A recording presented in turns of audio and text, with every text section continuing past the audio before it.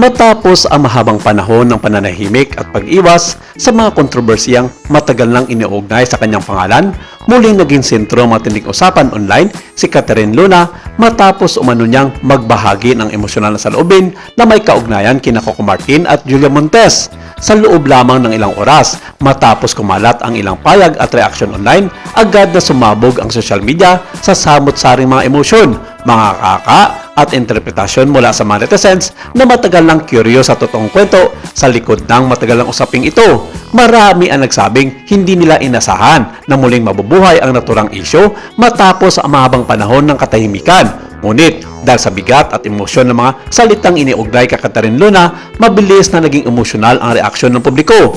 May ilang mga netizens ang nagsabing tila may matagal lang kinikimkim na damdamin si Catherine na ngayon lamang unti-unting nailalabas matapos ang matagal lang pananahimik. Ang iba naman ay naniniwalang maaring nais lamang niyang maglinaw ang ilang bagay na matagal nang naging paksa na nakaka-online. Ngunit sa gitna ng lahat ng ito, isang bagay ang malinaw.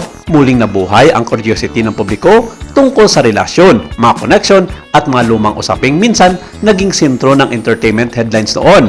Habang mas kumakalat ang mga screenshots, mga quotes at reaction video online, mas lalo ring naging emosyonal ang atmosphere sa social media. Ang ilang mga netizens ay nagsimulang balikan ang mga dating balita, mga interviews at kontrobersiyang minsang naugnay sa mga pangalan ni Coco Martin, Julia Montes at Catherine Luna. Dahil dito, muli naging aktibo ang diskusyon tungkol sa mga bagay na matagal nang hindi direkta na pag-usapan sa publiko. May ilang mga observers online ang nagsabing tila may bigat at lungkot sa mga pahayag ni Catherine Luna na nakakaantig sa maraming tao. Ayon sa ilan, hindi man direkta ang mga salitang lumabas online. Ramdam umano ng publiko na may emosyon at karanasang matagal nang hindi na ilalabas. Ang iba naman ay nagsabing maaring natural lamang na magkaroon ng emosyon kapag muling nabubuksan ang mga lumang kabanata ng buhay, lalo na kung minsan ito ay naging sentro ng matinding usapan at public attention. Habang lumalawak ang diskusyon, maraming mga netizens ang nagpayag ng iba't ibang mga pananaw tungkol sa katahimikan at pagdipas ng panahon.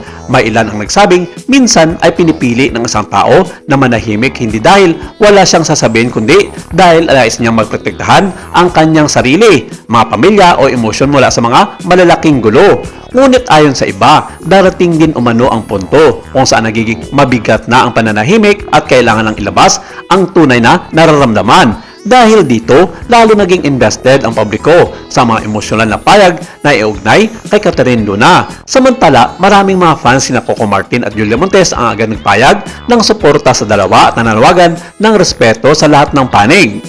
Ayon sa ilan, matagal nang pinipili ni Coco Martin at Julia Montes na maging pribado pagdating sa ilang bahagi ng kanilang personal na buhay, kaya sana ay pairalin pa rin ng publiko ang may nahong pag-unawa sa gitna ng lumalaking diskusyon online.